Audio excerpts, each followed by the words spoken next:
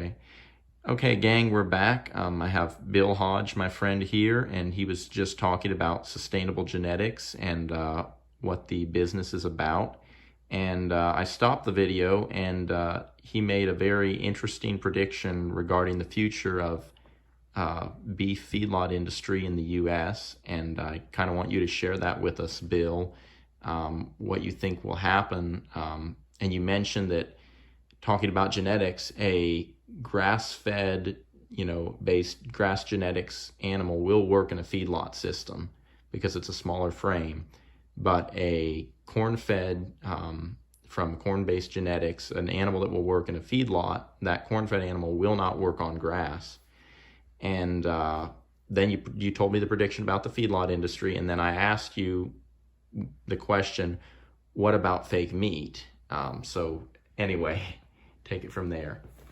Well, I'll repeat my prediction regarding the feedlot industry in the United States. I think for several reasons. At some point in the future, it's going to cease to exist, and maybe not in my life, but I think David will probably see it.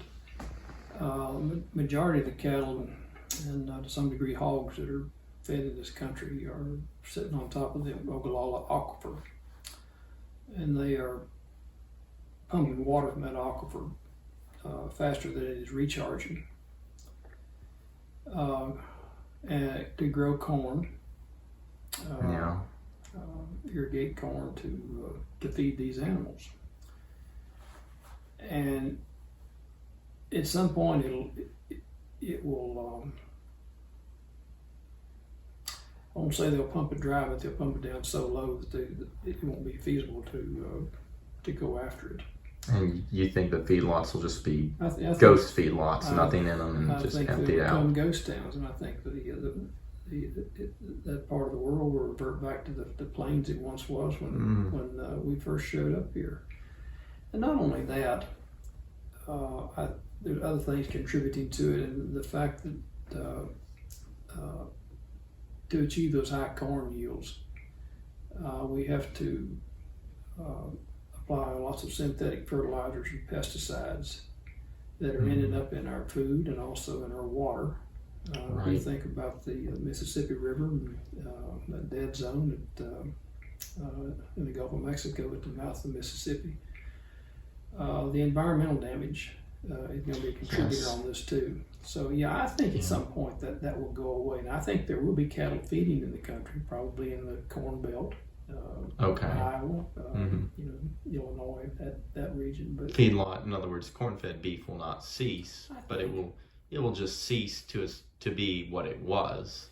Yeah, and then these meat processors have already exported this model to other countries. There's a lot of corn-fed beef in Australia now, in South America. And I think so we're really just going to ruin the water tables there and the soil biology there. And they're corporations, and corporations only exist for one purpose, and that is to enhance shareholder wealth.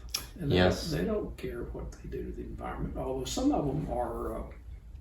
They'd like us to think they do. Yeah, but some of them have made a huge shift, primarily because of consumer demand.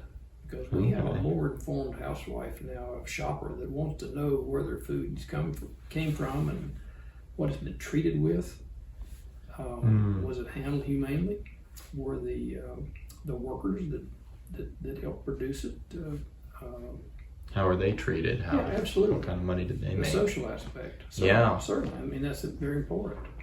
And another thing related to that, if there isn't any upside at all to this COVID pandemic that we're gradually emerging from, it has driven the demand for local food out the roof. Yes, that is true. Even here locally, at our supermarkets, I witnessed walking in some big stores and seeing bare shelves, and that is scary. It is. It's very disheartening. Yeah. So people are wanting to reduce their food miles and produce more food locally, and are sure willing to pay a little bit more. to be part of a local food system.